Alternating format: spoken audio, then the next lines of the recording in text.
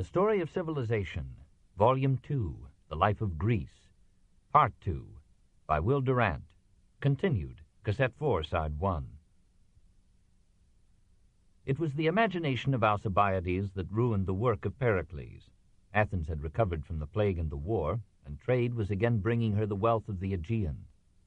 But the law of every being is self-development. No ambition, no empire is ever content. Alcibiades dreamed of carving out a new realm for Athens in the rich cities of Italy and Sicily. There Athens would find grain, materials, and men. There she would control the foreign food supply of the Peloponnesus. There she might double the tribute that was making her the greatest city in Greece. Only Syracuse could rival her, and that was a thought hard for Athens to bear. If she could take Syracuse, all the western Mediterranean would fall into her lap, and a splendor would come to Athens such as even Pericles had not conceived. In 427, Sicily, imitating the mainland, had divided into warring camps, one led by Dorian Syracuse, the other by Ionian Leontini. Leontini sent Gorgias to Athens to seek help, but Athens was then too weak to respond. Now, in 416, Segesta dispatched envoys to Athens to say that Syracuse was planning to subjugate all Sicily, make the island Dorian in government, and supply food and money to Sparta should the great war be renewed. Alcibiades leaped to his opportunity.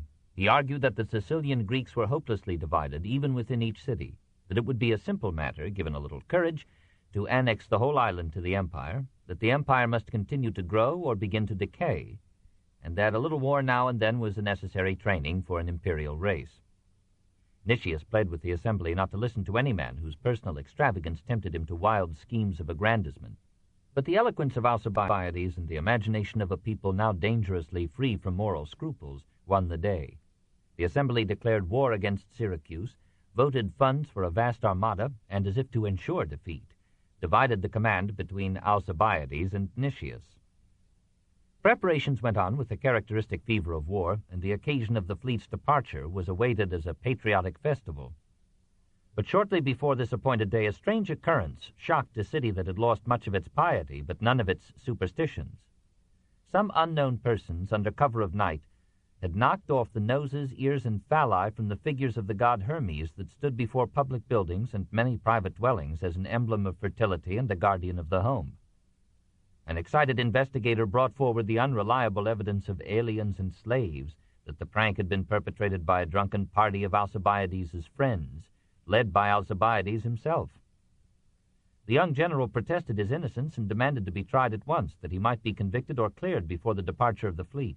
But his enemies, foreseeing his acquittal, succeeded in postponing the trial. And so, in 415, the great flotilla set sail, led by a timid pacifist who hated war, and by an audacious militarist whose genius of leadership was frustrated by the divided command, and the dread among the crews that he had incurred the enmity of the gods. The fleet had been gone some days when new evidence, as unreliable as before, was brought out to the effect that Alcibiades and his friends had participated in an impious mimicry of the Eleusinian mysteries. Urged on by an enraged populace, the assembly sent the swift galley Salaminia to overtake Alcibiades and bring him back for trial.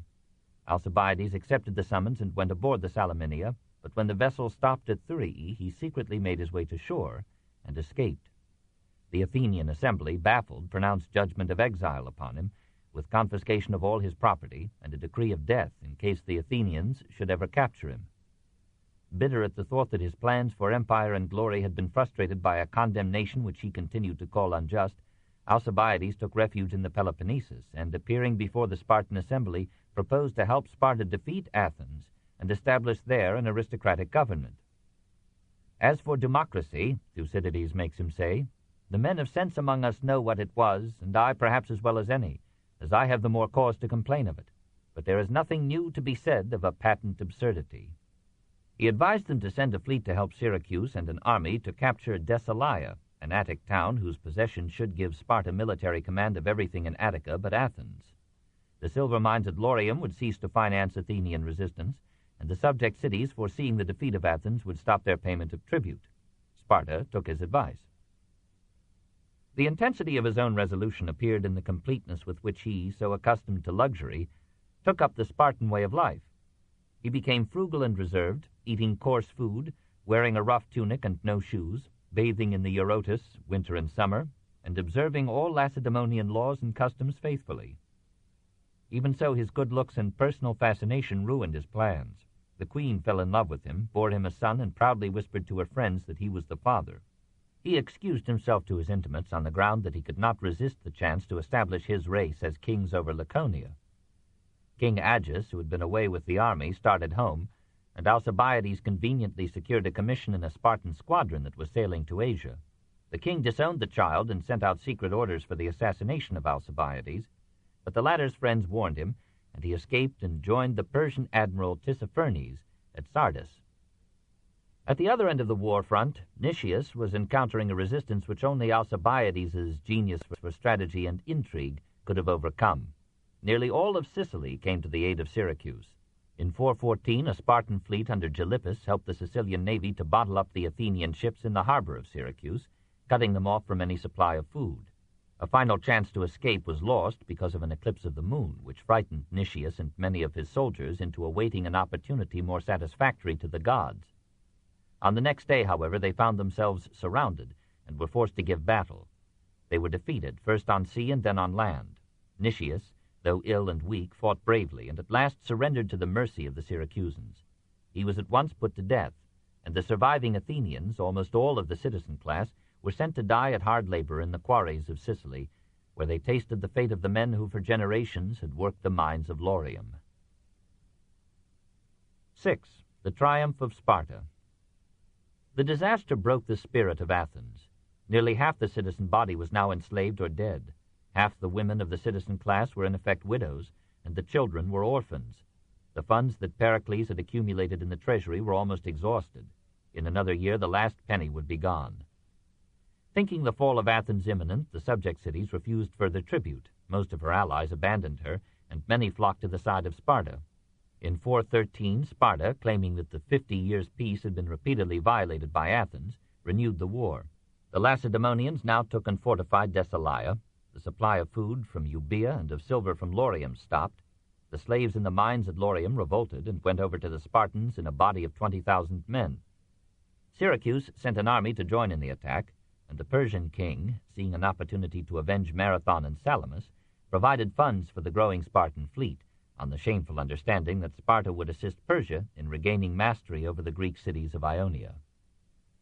It was a proof of Athenian courage and of the vitality of Athenian democracy that Athens stood off her enemies for 10 years more. The government was put upon an economical footing, taxes and capital levies were collected to build a new fleet, and within a year of the defeat at Syracuse, Athens was ready to contest Sparta's new mastery of the sea. Just as recovery seemed assured, the oligarchic faction, which had never favored the war and indeed looked to a Spartan victory to revive aristocracy in Athens, organized a revolt, seized the organs of government, and set up a Supreme Council of 400 in 411. The assembly, cowed by the assassination of many democratic leaders, voted its own abdication. The rich supported the rebellion as the only way of controlling the class war that had crossed the lines of the war between Athens and Sparta, much as the struggle of the middle classes against aristocracy united the liberal factions in England and America in the American Revolution. Once in power, the oligarchs sent envoys to make peace with Sparta and secretly prepared to admit the Spartan army into Athens. Meanwhile, Theramenes, leader of a center party of moderate aristocrats, led a counter-revolution and replaced the 400, which had ruled some 4 months, with a council of 5,000, also in 411. For a brief while, Athens enjoyed that combination of democracy and aristocracy which seemed to Thucydides and Aristotle, aristocrats both, to have been the best and fairest government that Athens had known since Solon. But the second revolt, like the first, had forgotten that Athens depended for its food and life upon its navy, whose personnel, barring a few leaders, had been disenfranchised by both revolutions. Incensed at the news, the sailors announced that unless the democracy were restored, they would besiege Athens. The oligarchs waited hopefully for a Spartan army. The Spartans, as usual, were tardy. The new government took to its heels, and the victorious Democrats restored the old constitution, again in 411. Alcibiades had secretly supported the oligarchic revolt, hoping that it might smooth the way for his return to Athens. Now the re-empowered democracy, perhaps ignorant of these intrigues, but knowing how badly Athens had fared since his exile, called him home with a promise of amnesty.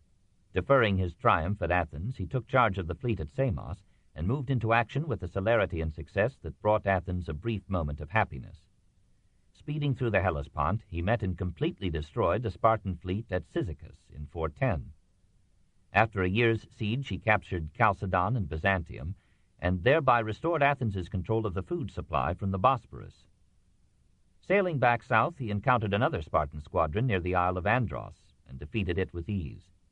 Returning now in 407 to Athens, he was welcomed with universal acclaim. His sins were forgotten, only his genius was remembered, and Athens' desperate need of an able general. But Athens, while celebrating his victories, neglected to send him money for the pay of his crews. Once again, Alcibiades' lack of moral scruple ruined him. Leaving the greater number of his vessels at Notium, near Ephesus, in command of one Antiochus, with strict instructions to stay in port and under no circumstances to give battle, he himself went with a small force to Caria to raise funds for his men by something less than due process of law. Antiochus, itching for fame, left his haven and challenged a Spartan flotilla under Lysander.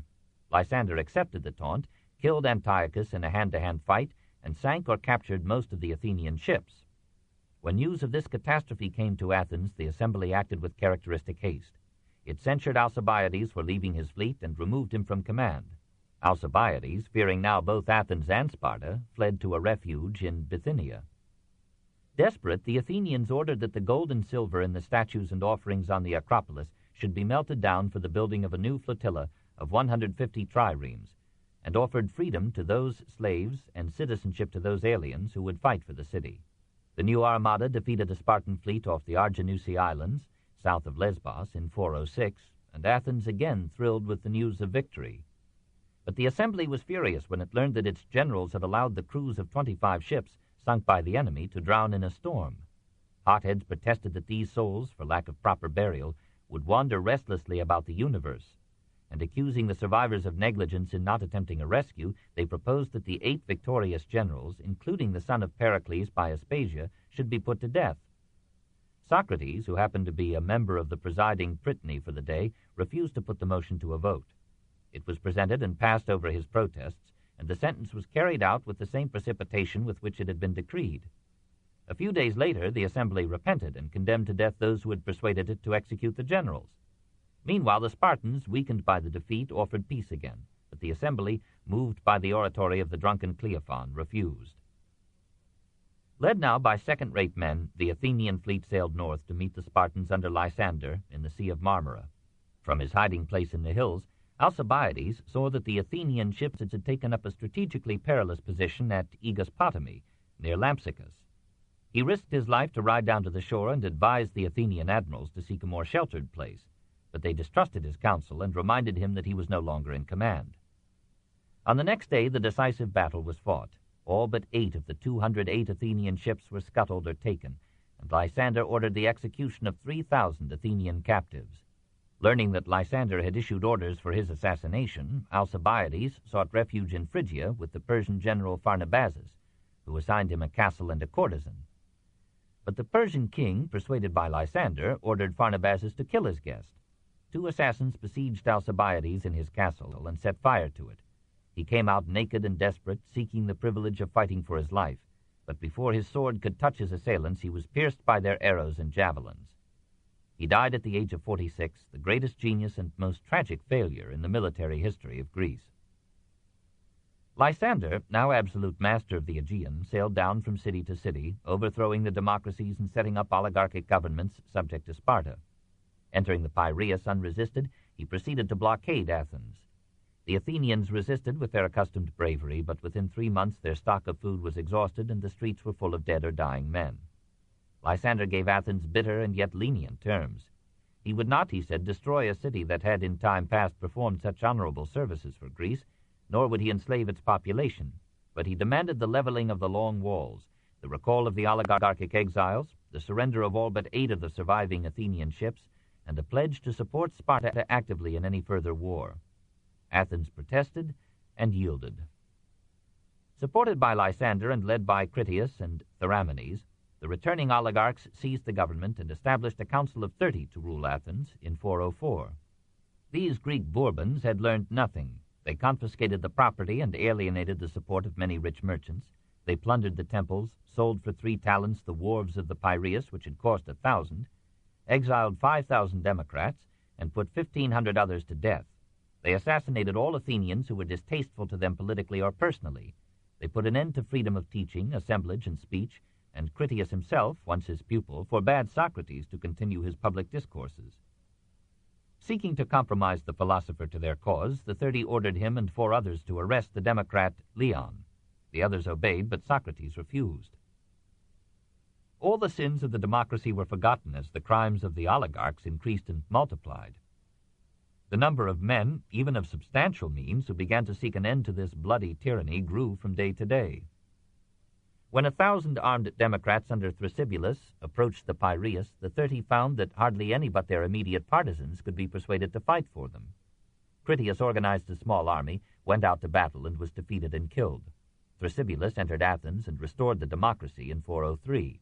Under his guidance, the assembly behaved with unwonted moderation. It decreed death for only the highest surviving leaders of the revolution and allowed them to escape this sentence by exile.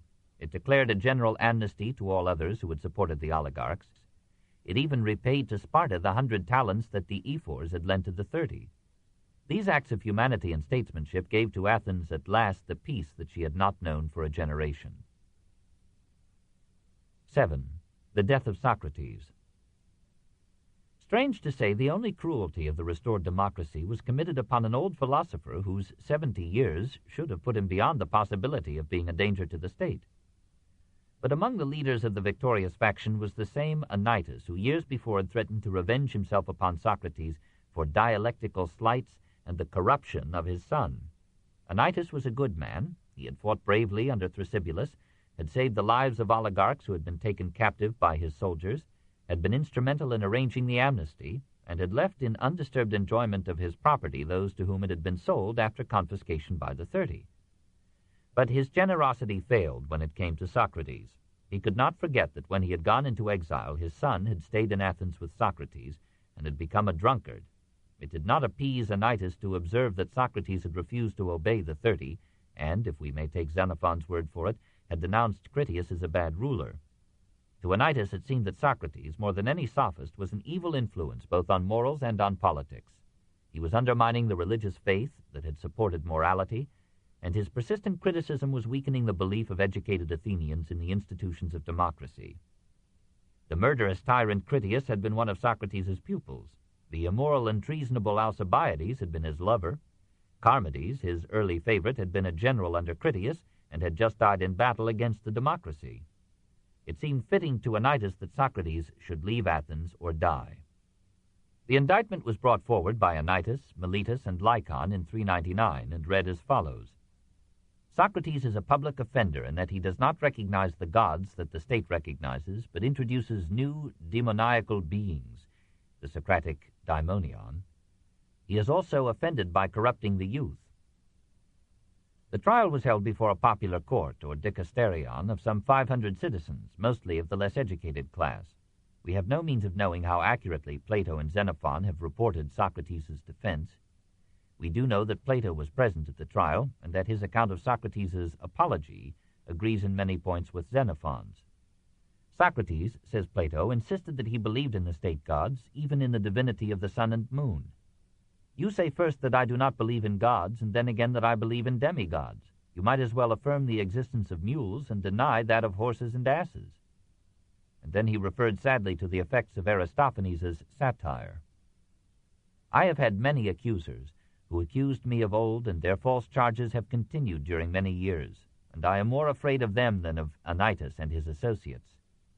For they began when you were children, and took possession of your minds with their falsehoods, telling of one Socrates, a wise man, who speculated about the heavens above, and searched into the earth beneath, and made the worse appear the better cause.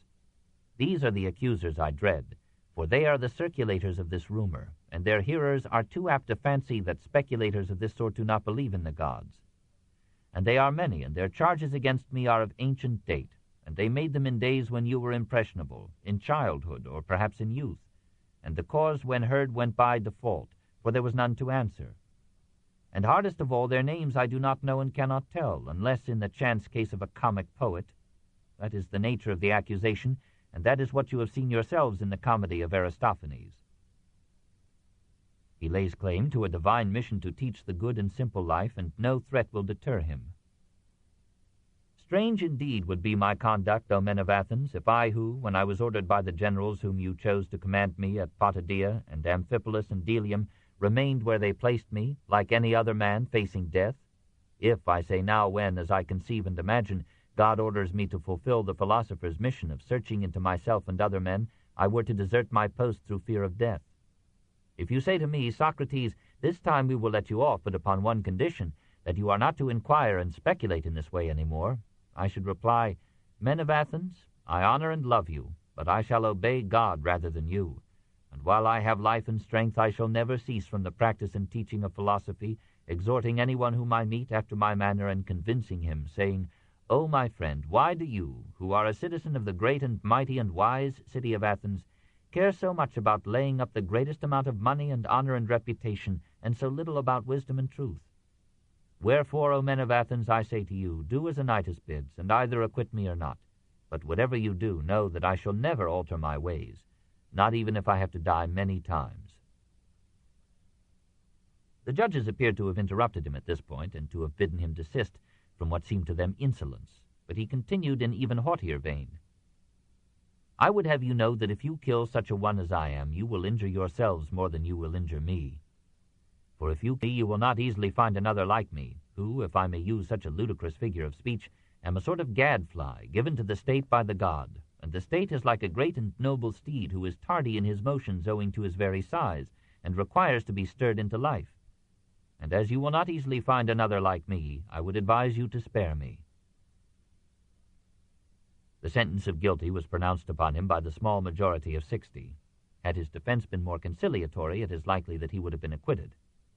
He had the privilege of proposing an alternative penalty in place of death.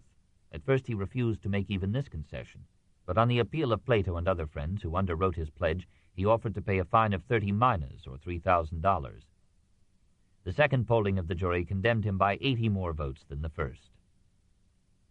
It still remained open to him to escape from prison. Crito and other friends, if we may follow Plato, prepared the way with bribery, and probably Anytus had hoped for such a compromise. But Socrates remained himself to the last. He felt that he had but a few more years to live, and that he relinquished only the most burdensome part of life, in which all feel their powers of intellect diminished. Instead of accepting Crito's proposal, he examined it from an ethical point of view, discussed it dialectically, and played the game of logic to the end. His disciples visited him daily in his cell during the month between his trial and his execution, and he seems to have discoursed with them calmly until the final hour. Plato pictures him as fondling the hair and head of the young Phaedo, and saying, Tomorrow, Phaedo, I suppose that these fair locks will be cut in mourning. Xanthippe came in tears, with their youngest child in her arms. He comforted her and asked Crito to have her escorted home. You die undeservedly, said an ardent disciple. Would you then, Socrates answered, have me deserve death?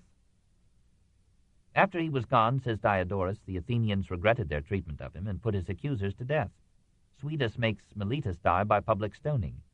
Plutarch varies the tales. The accusers became so unpopular that no citizen would light their fires or answer their questions or bathe in the same water with them, so they were at last driven in despair to hang themselves.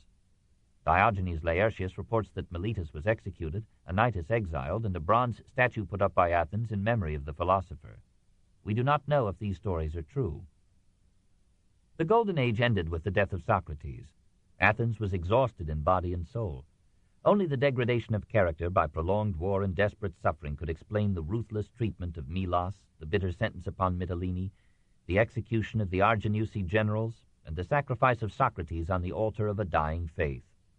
All the foundations of Athenian life were disordered. The soil of Attica had been devastated by the Spartan raids, and the slow-growing olive trees had been burned to the ground. The Athenian navy had been destroyed, and control of trade and the food supply had been lost. The state treasury was empty, and private fortunes had been taxed almost to extinction. 2/3 of the citizen body had been killed. The damage done to Greece by the Persian invasions could not compare with the destruction of Greek life and property by the Peloponnesian War. After Salamis and Plataea, Greece was left poor, but exalted with courage and pride. Now Greece was poor again, and Athens had suffered a wound to her spirit which seemed too deep to be healed. Two things sustained her: the restoration of democracy under men of judgment and moderation, and the consciousness that during the last 60 years, even during the war, she had produced such art and literature as surpassed the like product of any other age in the memory of man. Anaxagoras had been exiled and Socrates had been put to death, but the stimulus that they had given to philosophy sufficed to make Athens henceforth, and despite herself, the center and summit of Greek thought. What before had been formless tentatives of speculation were now to mature into great systems that would agitate Europe for centuries to come. While the haphazard provision of higher education by wandering sophists was to be replaced by the first universities in history, universities that would make Athens, as Thucydides had prematurely called her, the school of Hellas. Through the bloodshed and turmoil of conflict, the traditions of art had not quite decayed. For many centuries yet, the sculptors and architects of Greece were to carve and build for all the Mediterranean world. Out of the despair of her defeat, Athens lifted herself with startling virility to new wealth, culture, and power, and the autumn of her life was bountiful. Book 4. The Decline and Fall of Greek Freedom, 399 to 322 B.C. Chapter 19. Philip. 1. The Spartan Empire. Sparta now assumed for a spell the naval mastery of Greece and offered to history another tragedy of success brought low by pride. Instead of the freedom which she had promised to the cities once subject to Athens, she levied upon them an annual tribute of 1,000 talents, or $6 million, and established in each of them an aristocratic rule controlled by a Lacedaemonian harmost, or governor, and supported by a Spartan garrison. These governments, responsible only to the distant ephors, practiced such corruption and tyranny that soon the new empire was hated more intensely than the old. In Sparta itself, the influx of money and gifts from oppressed cities and obsequious oligarchs strengthened the internal forces that had long been leading to decay. By the 4th century, the ruling caste had learned how to add private luxury to public simplicity, and even the ephors had ceased, except in outward show, to observe the Lycurgian discipline. Much of the land, by dowries and bequests, had fallen into the hands of women, and the wealth so accumulated gave to the Spartan ladies, free from the care of male children, an ease of life and morals hardly befitting their name. The repeated division of some estates had impoverished many families to a point where they could no longer contribute their quota to the public mess, and therefore lost the rights of citizenship, while the formation of large properties through intermarriage and legacies had created in the few remaining equals a provocative concentration of wealth. Some Spartans, Aristotle writes, own domains of vast extent. The others have nearly nothing. All the land is in the hands of a few. The disenfranchised gentry, the excluded Paraesai, and the resentful helots made a population too restless and hostile to permit the government to engage on any large scale of space or time in those external military operations which imperial rule required. Meanwhile, civil war among the Persians was affecting the fortunes of Greece. In 401, the younger Cyrus rebelled against his brother Artaxerxes II, enlisted Sparta's aid, and recruited an army from the thousands of Greek and other mercenaries left idle in Asia by the sudden termination of the Peloponnesian War. The two brothers met at Cunaxa, between the converging Tigris and Euphrates. Cyrus was defeated and slain, and all of his army was captured or destroyed, except a contingent of 12,000 Greeks whose quickness of mind and foot enabled them to escape into the interior of Babylonia. Hunted by the king's forces, the Greeks chose, in their rough democratic way, 3 generals to lead them to safety. Among these was Xenophon, once a pupil of Socrates, now a young soldier of fortune, destined to be remembered above all by the Anabasis, or ascent, in which he later described with engaging simplicity the long retreat of the 10,000, up along the Tigris and over the hills of Kurdistan and Armenia to the Black Sea. It was one of the great adventures in human history. We are amazed at the inexhaustible courage of these Greeks, fighting their way on foot day by day for 5 months through 2,000 miles of enemy country, across hot and foodless plains, and over perilous mountain passes covered with 8 feet of snow, while armies and guerrilla bands attacked them in the rear and in front and on either flank, and hostile natives used every device to kill them or mislead them or bar their way. As we read this fascinating story, made so dull for us in youth by the compulsion to translate it, we perceive that the most important weapon for an army is food, and that the skill of a commander lies as much in finding supplies as in organizing victory. More of these Greeks died from exposure and starvation than from battle, though the battles were as numerous as the days. When at last the 8,600 survivors sighted the Euxine at Trapezus, their hearts overflowed. As soon as the vanguard got to the top of the mountains, a great cry went up, and when Xenophon and the rear guard heard it, they imagined that other enemies were attacking in front, for enemies were following behind them. They pushed ahead to lend aid, and in a moment they heard the soldiers shouting, "The sea, the sea," and passing the word along. Then all the troops of the rear guard likewise broke into a run, and the pack animals began racing ahead. And when all had reached the summit, then indeed they fell to embracing one another, and generals and captains as well, with tears in their eyes. For this was a Greek sea, and Trapezus a Greek city. They were safe now, and could rest without fear of death surprising them in the night. The news of their exploit resounded proudly through old Hellas, and encouraged Philip, 2 generations later, to believe that a well-trained Greek force could be relied upon to defeat a Persian army many times its size. Unwittingly, Xenophon opened the way for Alexander. Perhaps this influence was already felt by Agesilaus, who in 399 had succeeded to the throne of Sparta. Persia might have been persuaded to overlook Sparta's aid to Cyrus, but to the ablest of the Spartan kings, a war with Persia seemed only an interesting adventure, and he set out with a small force to free all Greek Asia from Persian rule. When Artaxerxes II learned that Agesilaus was easily defeating all Persian troops sent against him, he dispatched messengers with abundant gold to Athens and Thebes to bribe these cities into declaring war upon Sparta. The effort readily succeeded, and after 9 years of peace, the conflict between Athens and Sparta was renewed. Agesilaus was recalled from Asia to meet and barely defeat the combined forces of Athens and Thebes at Coronea. But in the same month, the united fleets of Athens and Persia, under Conon, destroyed the Spartan navy near Cnidus and put an end to Sparta's brief domination of the seas. Athens rejoiced and set to work energetically with funds supplied by Persia to rebuild her long walls. Sparta defended herself by sending an envoy, Antalcidas, to the great king, offering to surrender the Greek cities of Asia to Persian rule if Persia would enforce among the mainland Greeks a peace that would protect Sparta. The great king agreed, withdrew his financial support from Athens and Thebes, and compelled all parties to sign at Sardis in 387 the Peace of Antalcidas, or the King's Peace. Lemnos, Imbros, and Skyros were conceded to Athens, and the major Greek cities were guaranteed autonomy, but all the Greek cities of Asia, along with Cyprus, were declared the property of the king.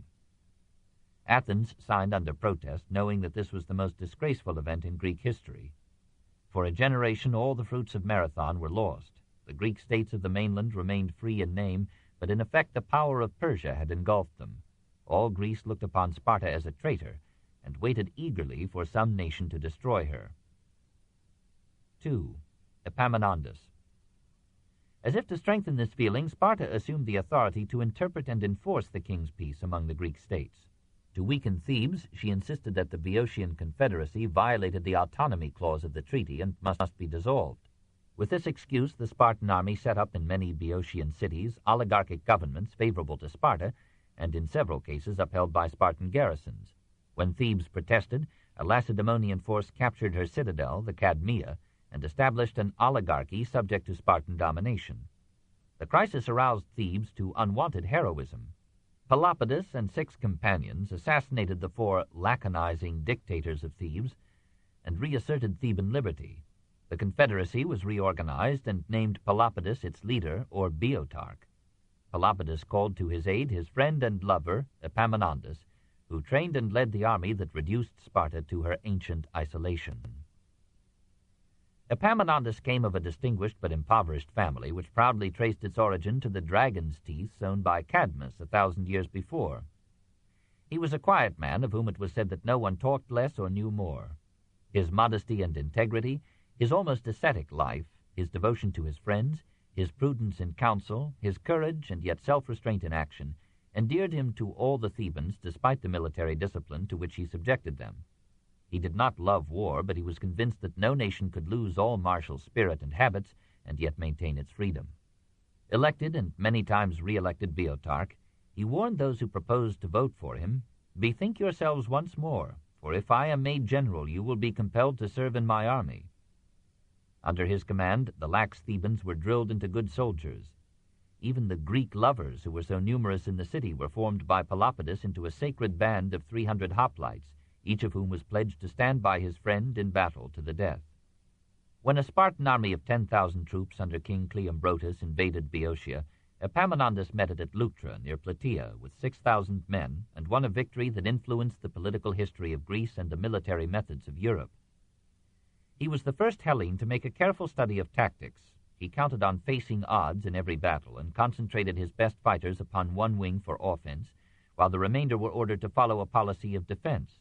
In this way, the enemy, advancing in the center, could be disordered by a flank attack on its left. After Leuctra, Epaminondas and Pelopidas marched into the Peloponnesus, freed Messenia from its century-long vassalage to Sparta, and founded the city of Megalopolis as a stronghold for all Arcadians. Even into Laconia the Theban army descended, an event without precedent for hundreds of years past. Sparta never recovered from her losses in this campaign. She could not stand up against a single defeat, says Aristotle, but was ruined through the small number of her citizens. Winter coming, the Thebans withdrew to Boeotia. Epaminondas, overreaching himself in typical Greek style, began to dream now of establishing a Theban empire to replace the unity that Athenian or Spartan leadership had once given to Greece. His plans involved him in a war with the Athenians, and Sparta, thinking to rehabilitate herself, made an alliance with Athens. The hostile armies met at Mantinea in 362. Epaminondas won, but was killed in action by Gryllus, son of Xenophon.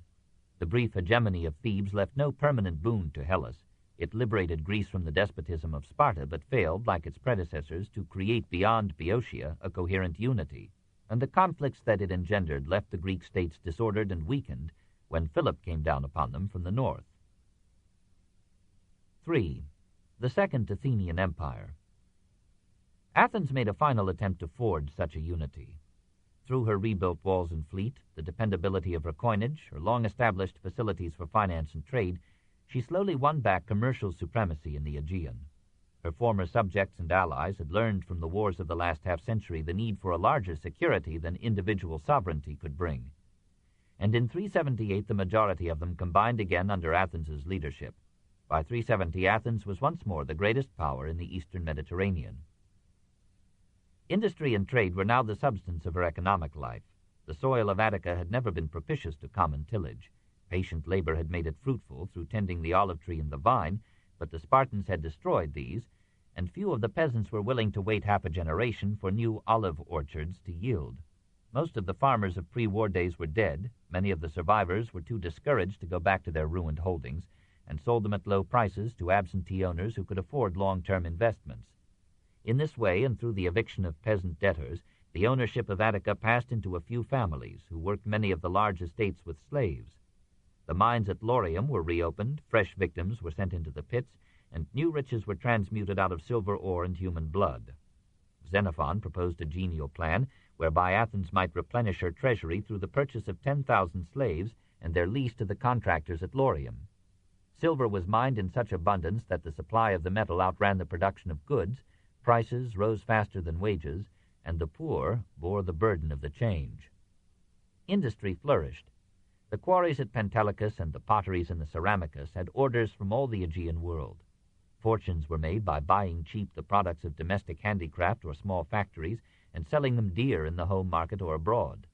The growth of commerce and the accumulation of wealth in money instead of in land rapidly multiplied the number of bankers in Athens. They received cash or valuables for safekeeping, but apparently paid no interest on deposits. Soon discovering that under normal conditions not all deposits were reclaimed at once, the bankers began to lend funds at substantial rates of interest, providing at first money instead of credit. They acted as bail for clients and made collections for them. They lent money on the security of land or precious articles and helped to finance the shipment of goods. Through their aid, and even more through speculative loans by private individuals, the merchant might hire a ship, transport his goods to a foreign market, and buy there a return cargo, which, on reaching the Piraeus, remained the property of the lenders until the loan was repaid. As the 4th century progressed, a real credit system developed. The bankers, instead of advancing cash, issued letters of credit, money orders, or checks. Wealth could now pass from one client to another merely by entries in the banker's books. Businessmen or bankers issued bonds for mercantile loans, and every large inheritance included a number of such bonds.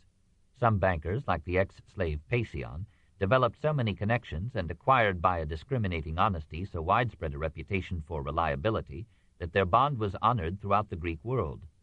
Pasion's bank had many departments and employees, mostly slaves. It kept a complex set of books in which every transaction was so carefully recorded that these accounts were usually accepted in court as indisputable evidence.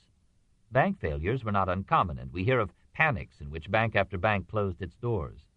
Serious charges of malfeasance were brought against even the most prominent banks, and the people looked upon the bankers with that same mixture of envy, admiration, and dislike with which the poor favor the rich in all ages. The change from landed to movable wealth produced a feverish struggle for money, and the Greek language had to invent a word, pleonexia, to denote this appetite for more, and another word, krematistiki, for the busy pursuit of riches. Goods, services, and persons were increasingly judged in terms of money and property. Fortunes were made and unmade with a new rapidity, and were spent in lavish displays that would have shocked the Athens of Pericles. The nouveaux riches, the Greeks had a name for them, neoplutoi, built gaudy houses, bedecked their women with costly robes and jewels, spoiled them with a dozen servants, and made it a principle to feed their guests with none but expensive drinks and foods.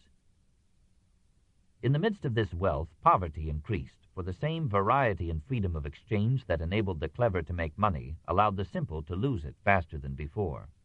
Under the new mercantile economy, the poor were relatively poorer than in the days of their serfdom on the land. In the countryside, the peasants laboriously turned their sweat into a little oil or wine. In the towns, the wages of free labor were kept down by the competition of slaves. Hundreds of citizens depended for their maintenance upon the fees paid for attendance at the assembly or the courts. Thousands of the population had to be fed by the temples or the state. The number of voters, not to speak of the general population, who had no property, was in 431 some 45% of the electorate. In 355 it had mounted to 57%. The middle classes, which had provided by their aggregate number and power a balance between the aristocracy and the commons, had lost much of their wealth and could no longer mediate between the rich and the poor, between an unyielding conservatism and a utopian radicalism. Athenian society divided itself into Plato's two cities, one the city of the poor, the other of the rich, the one at war with the other. The poor schemed to despoil the rich by legislation or revolution. The rich organized themselves for protection against the poor. The members of some oligarchic clubs, says Aristotle, took a solemn oath. I will be an adversary of the people, that is, the commons, and in the council I will do it all the evil that I can. The rich have become so unsocial, writes Isocrates about 366, that those who own property had rather throw their possessions into the sea than lend aid to the needy, while those who are in poorer circumstances would less gladly find a treasure than seize the possessions of the rich. In this conflict, more and more of the intellectual classes took the side of the poor. They disdained the merchants and bankers, whose wealth seemed to be in inverse proportion to their culture and taste. Even rich men among them, like Plato, began to flirt with communistic ideas. Pericles had used colonization as a safety valve to reduce the intensity of the class struggle. But Dionysius controlled the west, Macedonia was expanding in the north, and Athens found it ever more difficult to conquer and settle new lands. Finally, the poorer citizens captured the assembly and began to vote the property of the rich into the coffers of the state for redistribution among the needy and the voters through state enterprises and fees. The politicians strained their ingenuity to discover new sources of public revenue. They doubled the indirect taxes, the customs dues on imports and exports, and the 100th on real estate transfers. They continued the extraordinary taxes of wartime into peace. They appealed for voluntary contributions and laid upon the rich ever new opportunities, or liturgies, to finance public enterprises from their private funds. They resorted every now and then to confiscations and expropriations, and they broadened the field of the property income tax to include lower levels of wealth.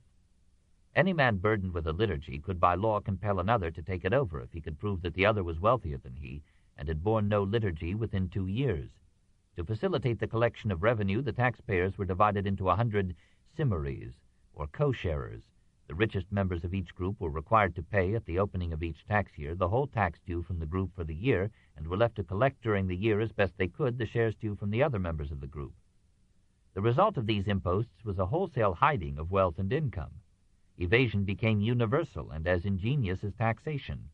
In 355, Androtion was appointed to head a squad of police empowered to search for hidden income, collect arrears, and imprison tax evaders. This book is continued at this point on the other side of this cassette. Please reverse or turn the cassette over now.